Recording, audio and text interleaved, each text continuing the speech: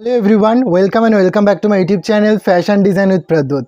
आज के वीडियो में मैं बहुत ही एक इम्पॉर्टेंट टॉपिक के ऊपर आपके साथ बात करने वाला हूँ। जो टॉपिक है fashion coordinator, how to become a fashion coordinator. पिछले एक वीडियो में मुझे एक सब्सक्राइबर ने पूछा था कि how to become a fashion coordinator, इसके ऊपर अगर आप वीडियो बनाएं तो बहुत ज़्यादा हेल्प होगा। सो मैंने सोचा इस टॉपिक के ऊपर थोड़ा सा वीडियो बनाया जाए।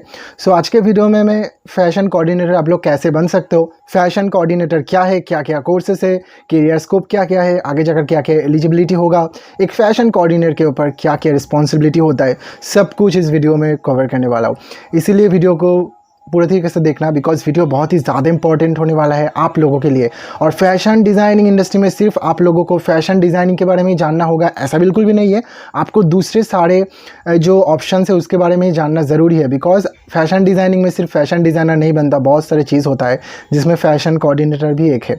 तो चलो गाइस वीडियो को देखते हैं, बट उससे पहले अगर आप मेरे चैनल पर नए हो तो subscribe to my channel and press the bell icon, ताकि जब भी फैशन रिलेटेड कोई वीडियो अपलोड हो तुरंत नोटिफिकेशन आपके पास पहुँचे। काफ़ी सारे लोग चैनल को वीडियो तो देखते हैं बट सब्सक्राइब नहीं करते, तो अगर वो लोग सब्सक्राइब नहीं करेगा, अगर सब्सक्राइब कर भी लिया तो अगर बेल आइकन को प्रेस नहीं करेगा तो मेरे जो तुरंत जो अपडेट है उन लोगों के पास नहीं पहुंचेगा। इसीलिए सब्सक्राइब करने के साथ साथ पास के बेल आइकन को भी ज़रूर क्लिक करना। Is a important person in the fashion industry whose duty is the keep and eye on the latest trend and change in customer taste and dreams of fashion. एक fashion coordinator का काम होता है market value को देखते हुए, market के trend को देखते हुए, कस्टमर कौन सी चीज़, कौन से कपड़ा इस टाइम उस टाइम पसंद कर रहा है, उसके ऊपर निर्भर करके फैशन कोऑर्डिनेटर को काम करना पड़ता है। मतलब एक फैशन कोऑर्डिनेटर के ऊपर बहुत सारी रिस्पॉन्सिबिलिटी होता है। जैसे कि फैशन कोऑर्डिनेटर मार्केट ट्रेंड को हमेशा ध्यान में रखते हुए, कस्टमर के पसंद को नज़र में रखते हुए, fashion coordinator work with fashion designers, fashion magazine, retail stores. एक फैशन कोऑर्डिनेटर हमेशा खुद को अपडेट रखता है ताकि fashion magazine, fashion blogs, fashion website, काफ़ी सारी चीज़ देखकर एक फैशन कोऑर्डिनेटर खुद को अपडेट रखना पड़ता है, बिकॉज सब कुछ के बारे में उसको नॉलेज रखना पड़ता है, क्योंकि अपने काम में फैशन कोऑर्डिनेटर को ये सब कुछ बहुत ही ज़्यादा महत्वपूर्ण होता है। एक फैशन कोऑर्डिनेटर का बहुत इंपॉर्टेंट रोल्स भी होता है। They also maintain solid relationship with designers, retailers, suppliers and store manager. एक फैशन कोऑर्डिनेटर सबके साथ अच्छा रिलेशन भी बनाए रखना पड़ता है, बिकॉज सबके साथ उनको काम करना पड़ता है। अगर आप किसी फैशन कंपनी या फैशन ब्रांड में एज ए फैशन कोऑर्डिनेटर का जॉब करते हो तो आपके ऊपर एक रिस्पॉन्सिबिलिटी होगा कि दूसरे ब्रांड, दूसरे डिज़ाइनर्स के साथ आप अगर अपनी कंपनी का रिलेशन को ठीक रखो, मार्केट में क्या ट्रेंड चल रहा है, जब आप दूसरों के साथ अपनी कंपनी दूसरों के साथ जब कोलैबोरेशन करेगा, उसके बाद एक फैशन कोऑर्डिनेटर का बहुत ही ज़्यादा इंपॉर्टेंट रोल होता है कि दूसरी कंपनी के साथ वो अच्छे रिलेशन बनाए रखे। फैशन कोऑर्डिनेटर का बहुत सारे रिस्पॉन्सिबिलिटी होता है, वो क्या क्या है मैं आपको लोगों को बताता हूँ। सबसे पहले make new fashion plans and bring in new fashion concept. एक फैशन कोऑर्डिनेटर को हमेशा फैशन कॉन्सेप्ट के ऊपर ध्यान रखना पड़ता है। न्यू इनोवेटिव्स आइडियाज़ के ज़रिए डिज़ाइनिंग को और अच्छे तरीके से क्रिएट करना पड़ता है। दूसरा, attend fashion show to get in new ideas and on fashion. Fashion coordinator को फैशन शो अटेंड करना पड़ता है, जिसके थ्रू वो नए नए आइडियाज़ को अपने दिमाग में ला सकता है, नए नए डिज़ाइनिंग थॉट्स को वो क्रिएट कर सकता है। दूसरा है visiting, merchandising and manufacturer to get and update on new style and design. एक फैशन कोऑर्डिनेटर को वैसे ही बहुत सारे ट्रैवल करना पड़ता है, बहुत ही ज़्यादा इंटरेस्टिंग एक जॉब अपॉर्चुनिटी है फैशन कोऑर्डिनेटर। वैसे ही मैन्युफैक्चरल इंडस्ट्री, टेक्सटाइल इंडस्ट्री एंड दूसरे जो इंडस्ट्री होता है, रिटेल स्टोर इंडस्ट्री, दूसरी इंडस्ट्री में उसको विजिट करना पड़ता है। वहाँ पर जाकर वहाँ का स्टाइल, आइडियाज़ को उनको कलेक्ट करना पड़ता है कि मार्केट में अब क्या चल रहा है। अब दूसरा आता है कि एक फैशन कोऑर्डिनेटर के बारे में तो मैं आप लोगों को बता दिया, बट फैशन कोऑर्डिनेटर बहुत सारे टाइप के होते हैं। इनमें से जो मेनली जो important 4 types of fashion coordinator मैं आप लोगों को बताता हूँ। सबसे पहले फैशन कोऑर्डिनेटर, जिसके बारे में मैंने आप लोगों को बताया। उसके बाद फैशन जर्नलिस्ट। फैशन जर्नलिस्ट, एक जर्नलिस्ट का काम क्या होता है आप जानते हो, वैसे ही फैशन इंडस्ट्री में एक जर्नलिस्ट का काम होता है। दूसरा है फैशन क्रिटिक्स। हर प्रोफेशन में क्रिटिक्स होता है, चाहे वो फिल्म हो, चाहे वो दूसरा कोई प्रोफेशन हो। बेसिकली जो कमर्शियल प्रोफेशन होता है, जहाँ पर कमर्शियल चीज़ होता है, वहाँ पर तो क्रिटिक्स होता ही है। एंड लास्ट नंबर पर है फैशन ब्लॉगर। एक यूट्यूबर की तरफ से हो, क्या एक दूसरे चाहे वो इंस्टाग्राम ब्लॉगर हो, चाहे वो दूसरे कोई सोशल मीडिया प्लेटफॉर्म पर हो, फैशन ब्लॉगर भी बहुत अच्छा खासा यहाँ पर इनकम करता है फैशन इंडस्ट्री में, फैशन कोऑर्डिनेटर के थ्रू। उसके बाद अब फैशन कोऑर्डिनेटर तो बन जाओगे, बट कैसे बनोगे, कोर्स कहाँ से मिलेगा, और अगर कोर्स भी मिल गया तो क्या क्या कोर्स की अपॉर्चुनिटी है, कौन सा कोर्स आप लोगों को फैशन कोऑर्डिनेटर बनाने में ज़्यादा हेल्प होगा। सबसे पहले बैचलर ऑफ आर्ट्स, जो फैशन डिज़ाइनिंग में है सभी कोर्स, बैचलर ऑफ आर्ट्स जो 3 इयर्स के लिए यूजी प्रोग्राम होता है जिसका शॉर्ट फॉर्म है BA।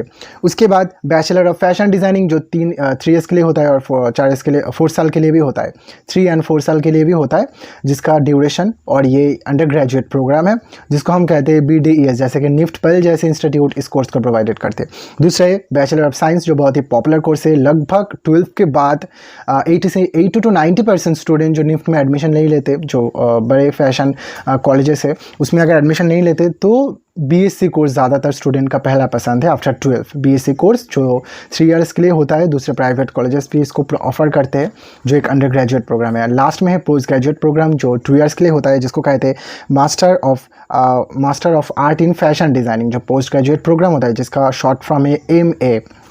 तो आप लोग समझ गए कि फ़ैशन कोऑर्डिनेटर बनने के लिए जो सबसे बेस्ट जो कोर्सेस हैं, मैं उसी कोर्स के बारे में आप लोगों को बताया। उसके बाद benefits of career in fashion coordinator, fashion coordinator के करियर में क्या क्या बेनिफिट्स आप लोगों को मिल जाएगा। सबसे पहले तो सैलरी। देखो फ्रेशर में फैशन कोऑर्डिनेटर में ऐसा बिल्कुल भी नहीं होता कि आप एक फ्रेशर हो आपको कम सैलरी प्रोवाइडेड किया जाएगा। एक फ्रेशर को 10 to 25,000 तक पे किया जाता है उसके परफॉर्मेंस के ऊपर। उसके बाद जॉब सिक्योरिटी बहुत ज़्यादा होता है फैशन कोऑर्डिनेटर में, क्योंकि उसके ऊपर बहुत सा रिस्पॉन्सिबिलिटी होता है, क्योंकि एक बिजनेस मैनेजमेंट जॉब भी होता है फैशन कोऑर्डिनेटर, क्योंकि उसको काफ़ी सारी चीज़ हैंडल करना पड़ता है। तो भी बिजनेस थॉट भी अगर आपके अंदर है ना, तो फैशन कोऑर्डिनेटर बनने के लिए आप एकदम बिल्कुल परफेक्ट हो। उसके बाद अपॉर्चुनिटी टू बी क्रिएटिव, वैसे ही तो फैशन डिज़ाइन एक क्रिएटिव प्रोफेशन है, वहाँ पर अगर आप एक फैशन कोऑर्डिनेटर बन गए तो मार्केट विजिट करना, दूसरे ट्रेंड को फॉलो करना, फैशन अपडेट रखना, मैगजीन पढ़ना, बहुत सारी चीज़ करते करते ना आपके अंदर क्रिएटिविटी आ जाता है, बहुत ज़्यादा क्रिएटिविटी आ जाता है, जो आप क्रिएटिविटी के अनुसार काम करते हो। उसके बाद प्रोफेशन स्पेसिफिक, ये भी बहुत ही प्रोफेशनल्स की तरह आप काम कर सकते हो फैशन कोऑर्डिनेटर के थ्रू। उसके बाद ट्रैवल अपॉर्चुनिटी, ये तो बहुत ही ज़्यादा इंपॉर्टेंट है, बहुत ही ज़्यादा रोमांचक है। ट्रैवल करना किसको नहीं अच्छा लगता, ज़्यादातर लोगों को ट्रैवल करना अच्छा लगता है। वैसे ही फैशन कोऑर्डिनेटर में आपको बहुत ज़्यादा ट्रैवल करना तो नहीं होगा, बट ट्रैवल करना होगा, वो आपके जो ब्रांड है कंपनी के अनुसार होता है, क्योंकि कल मार्केट में क्या चल रहा है, चाहे वो पब्लिक मार्केट हो, चाहे वो दूसरा ब्रांड हो, चाहे वो इंडस्ट्रियल एरिया हो, काफ़ी सारी जगह आपको विजिट करना होता है, चाहे वो देश के अंदर हो या देश के बाहर हो। सो बहुत इंटरेस्टिंग करियर है फैशन कोऑर्डिनेटर। उसके बाद हायर स्टडीज़, ऐसे बहुत सारे प्रोफेशन होता है जहाँ पर कोर्स करने के बाद आपको डायरेक्ट जॉब मिलता है, जॉब करने लग जाते हो, स्टडी करने का टाइम नहीं मिलता। बट फैशन कोऑर्डिनेटर में ऐसा बिल्कुल भी नहीं है, आपको स्टडी करने का बहुत ज़्यादा मौका मिलता है, जहाँ पर आप हायर स्टडी कर सकते हो फैशन कोऑर्डिनेटर के ऊपर। उसके बाद सैलरी, फैशन कोऑर्डिनेटर का सैलरी भी अच्छा है, जहाँ पर सबसे इम्पॉर्टेंट पॉइंट ये लगता है मुझे हर किसी प्रोफेशन में, जो स्टूडेंट के दिमाग में आता है कि मैं इतना ज़्यादा खर्च कर रहा हूँ कोर्स के ऊपर, मुझे सैलरी कितना मिलेगा। सो बता देता हूँ, the salary mainly depends on the performance of the candidates and his experience in coordinating and doing analysis. ये तो बहुत इंपॉर्टेंट है। फैशन कोऑर्डिनेटर बनने के लिए आपको फ्रेशर, चाहे आप फ्रेशर हो चाहे वो एक्सपीरियंस हो, ये सब कुछ मैटर नहीं करता। सबसे ज़्यादा इंपॉर्टेंट है आपका परफॉर्मेंस के ऊपर, आपका फैशन कोऑर्डिनेटिंग जो इंडस्ट्री है, फैशन कोऑर्डिनेटर बन के आप जब काम करोगे, आपका काम कैसा है, आपके परफॉर्मेंस के ऊपर सब कुछ निर्भर करता है। बेसिकली फर्स्ट में आपको लगभग हर साल आपको 1,20,000 तक तो मिल जाएगा टोटल सालाना, एंड थोड़ा सा एक्सपीरियंस करने के बाद आप 3 लाख तक कमा सकते हो। अब फैशन कोऑर्डिनेटर में बहुत सारे प्रोफेशन होता है, जैसे कि फैशन कोऑर्डिनेटर में आप पर ईयर आप लगभग एक प्रोफेशनल अगर फैशन कोऑर्डिनेटर बन गए तो पर ईयर आप 8 लाख तक कमा सकते हो, बहुत एक ह्यूज अमाउंट होता है। उसके बाद फैशन ब्लॉगर, फैशन क्रिटिक्स में आप 5 लाख तक कमा सकते हो per year, and fashion and journalist के थ्रू भी आप 6 से 7 लाख तक कमा सकते हो पर ईयर। तो फैशन कोऑर्डिनेटर बहुत एक इंटरेस्टिंग करियर है। अगर आप चाहते हो फैशन कोऑर्डिनेटर बनने के लिए तो आज कॉलेज जाओ, एडमिशन ले लो, कोर्स डिसाइडेड करो, बट थोड़ा सा मतलब डिसाइडेड करके कि आप फैशन कोऑर्डिनेटर बनोगे क्या नहीं, क्योंकि आज की वीडियो में सब कुछ डिक्लेयर कर दिया। अगर आप लोगों को कोई कन्फ्यूजन है तो मुझे बता सकते हो कमेंट बॉक्स में, and if you talk to me directly then message me my Instagram ID. तो गाइस फिर मिलते हैं अगले कोई फैशन अपडेट के ऊपर, अगले कोई फैशन रिलेटेड वीडियो के ऊपर। तब तक के लिए stay happy, stay safe and keep smiling.